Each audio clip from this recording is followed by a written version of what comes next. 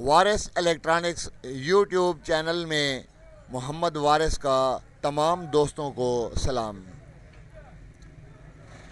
ہمارے چینل وارث الیکٹرانکس کو سبسکرائب کر لیں، بیل آئیکن کو دبا دیں۔ اگر کسی اسٹیپلائزر کا ٹرانسفارمر سائز 1.5x3 ہے تو اسٹیپلائزر کتنے واٹس کا ہوگا؟ ٹرانسفارمر واٹ چیک کرنے کا فارمولا: کور سیکشن ایریا۔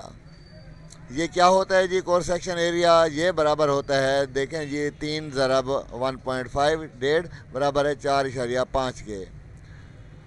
ٹرانسفارمر واٹس جو ہیں وہ اب اس طرح سے معلوم کر سکیں گے کہ کور سیکشن ایریا ضرب 5.6 سارے کا 2، یہ 4.5 کور سیکشن ایریا ہو گیا، اس کو ضرب دے دیا 5.6 کے ساتھ سارے کا 2، تو یہ برابر ہو جاتا ہے 25.2 اور سارے کا 2۔ 25.2 کو ہم ضرب دیں گے دوبارہ 25.2 کے ساتھ، تو یہ برابر ہو جائے گا 635.04 واٹس۔ یہ ہمارے واٹ نکلے ہیں 635.04 واٹس۔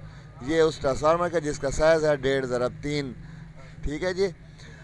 اس 635.04 واٹ میں بھی 10% لاسز ہوتے ہیں، اور لاسز نکال کر 575 واٹ کا ہو جائے گا، ٹھیک ہے جی۔